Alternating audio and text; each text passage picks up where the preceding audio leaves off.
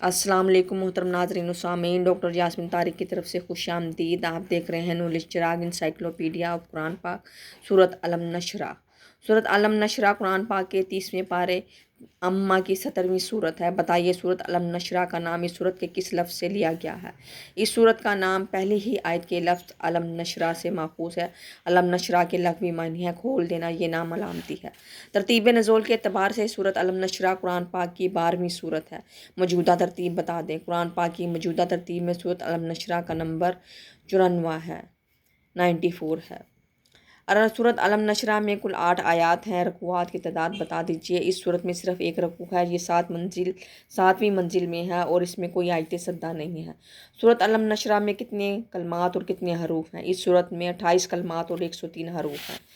سورۃ الم نشرح کی وجہ تسمیہ کیا ہے؟ سورۃ نشرح کے معنی کھلنا، کشادہ ہونا۔ پہلی آیت میں الم نشرح کے الفاظ سے ماخوذ ہے، جس کے معنی ہے کیا ہم نے کھول نہیں دیا۔ سورۃ الم نشرح حضرت صلی اللہ علیہ وسلم کی مکی زندگی کے ابتدائی دور میں نازل ہوئی۔ اس کی شان نزول بتا دیں۔ زمانہ نبوت کی ابتدا جب دعوت توحید کا کام شروع کرتے ہی پورا معاشرہ آپ کا دشمن بن گیا تھا اور آپ کو قدم قدم پر مشکلات کا سامنا کرنا پڑ رہا تھا، اللہ تعالیٰ نے حضور پاک صلی اللہ علیہ وآلہ وسلم کو تسلی دینے کے لیے یہ صورت نازل کی۔ ویڈیو کو لائک، شیئر اور سبسکرائب کریں۔ اپنی قیمتی رائے سے ضرور آگاہ کیجیے گا۔ اللہ حافظ۔